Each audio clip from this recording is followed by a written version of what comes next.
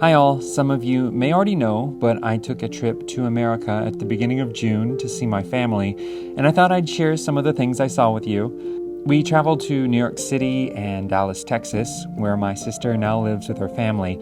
I hadn't been to the United States for over 5 years, so I took the chance with the loosening travel restrictions to visit my sister and niece on their birthdays.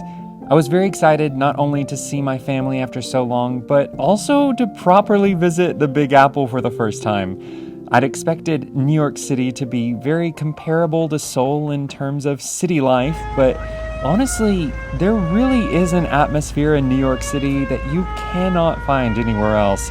The lights, the sounds, the size of everything. I thought I wouldn't be fazed by much since I live in the center of Seoul, but it was both exhilarating and overwhelming. Luckily, my brother-in-law Eric, who has traveled to New York City several times in the past, took the helm and booked all our hotels and other major attraction visits. Thanks to him, I now have so many more memories of monuments and buildings I'd only ever seen in movies and textbooks. Ellis Island, the Statue of Liberty, One World Trade Center, the Brooklyn Bridge. It was kind of weird as an American to be seeing New York City for the first time at the age of 32, but I'm so glad to knock it off my bucket list, and I was even happier that my niece was able to see it as well. This is my niece, Bailey Grace. I usually call her BG, and on the trip she turned 13. I hadn't seen her since she was about 6, so I was shocked to see how quickly she's growing up into a young woman.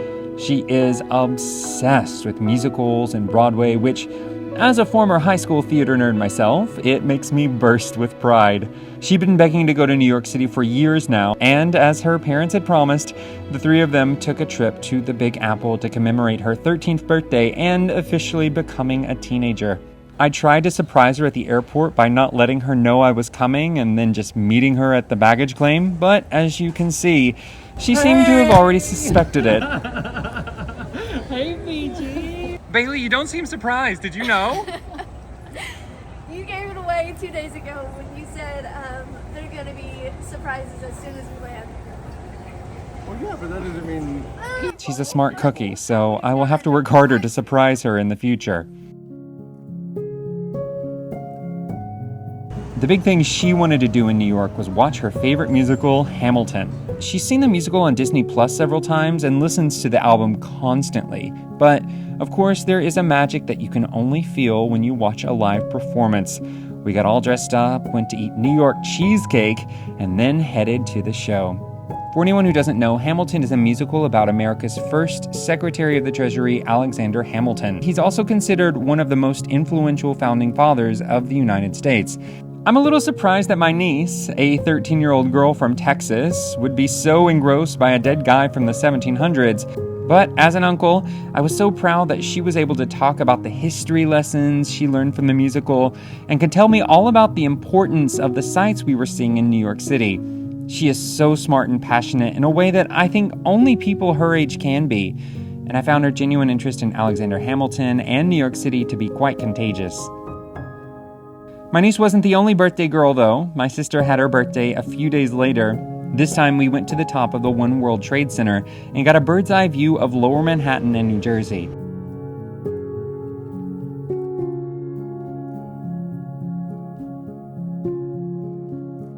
Then we headed to the National September 11th Memorial Museum, where we learned about the tragic history of that day. It may have been an odd choice to visit on her birthday, but it's definitely a place everyone traveling to New York City should take time to visit, because some of the museum's contents I think will stay in my memory forever.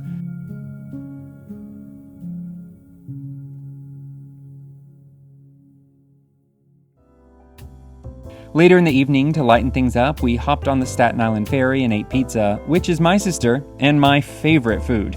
And I have to say, New York pizza really is as good as they say it is. It might be a little greasy, but the crust is the perfect combination of soft and chewy and crispy.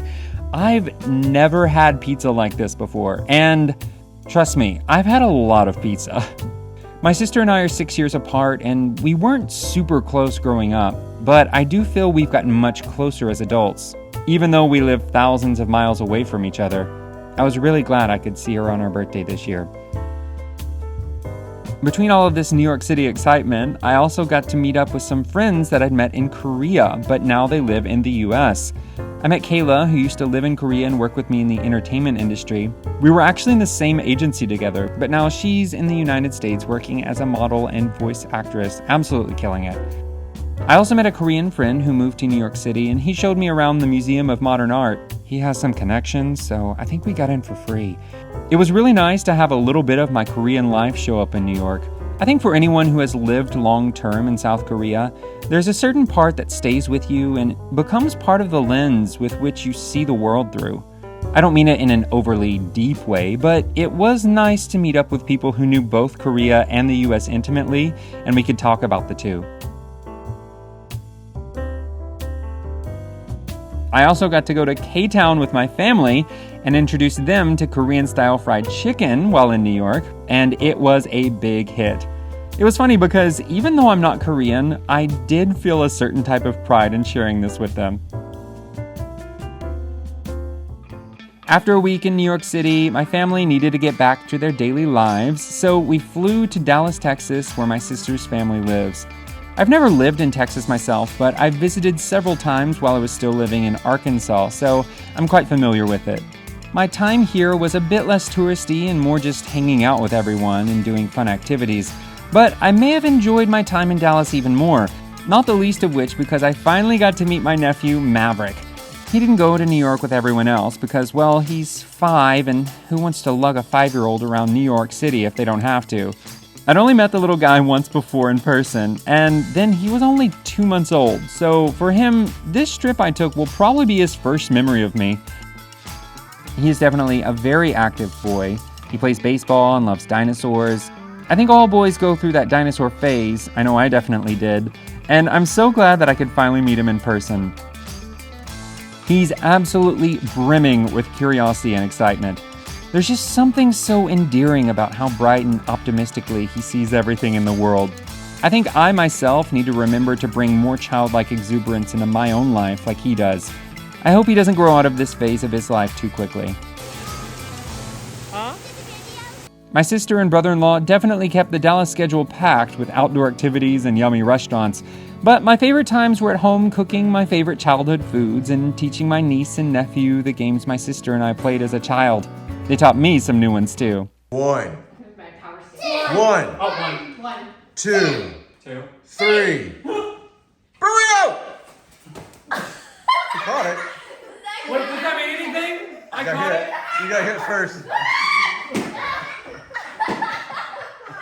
Okay. Because I live so far away, I'm lucky if I can see my family every few years, and with the pandemic, that's made things so much harder. I'd kind of forgotten the comfort of coming home every evening to people who've known you since you were a child and have witnessed, even shared the experiences that over the decades come to make you the person you are. I have my found family here in Korea, but they only know me as the Cameron I am now, and not the Cameron that I was. That type of information is so intimate, and is only truly knowable by a few family members and possibly a couple of close childhood friends. That's not to say that family is everything, because I believe many dysfunctional families can do much more harm than good. But when you do have good, loving family members that you can share your life with, I don't know if on an emotional level there is anything more valuable. I think that the hardest part of the whole trip was knowing that I'm not going to be meeting the same niece and nephew that I met this time.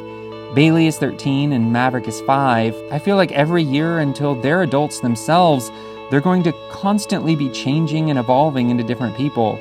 This short snapshot of their life that I got to witness will be gone in, 6 months?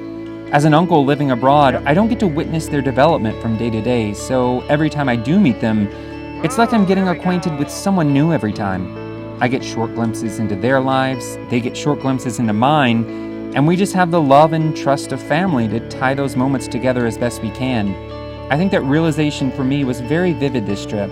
Just the bittersweetness of meeting and having to separate afterwards. When you live far from your loved ones, it's a lesson of life you have to learn to live with. But even if it is sad and uncomfortable, I think it is an emotion that needs to be felt. Avoiding it or trying to distract my mind from it is disrespectful to those I cherish most. I feel this way because I love them, and I want to feel that emotion to the fullest in respect to the relationship I have and want to have with them. 3, turn!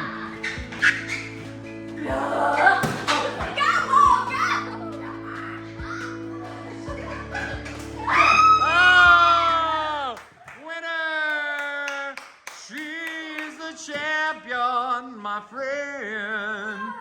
And she'll keep on fighting till the end. You're the Burrito Supreme. You're the Burrito Supreme. You Oh. are the see what you did there. champion. Oh. But I know I can't be with them all the time. This trip also solidified in my mind that Korea is where I'm supposed to be right now. I love my family dearly, but I nonetheless had this indescribable sense that more than ever, the US is not the place for me at this stage in my life. Maybe that will change in the future, but my life needs to be in Korea, and I feel very blessed to have the opportunities here that I do. I've been welcomed and blessed here in Korea more than I think I truly deserve, but I am very grateful. Which is why, no matter how much fun I had with my family in the US, I was more than ready to get back to Korea and the life I've slowly been able to build here.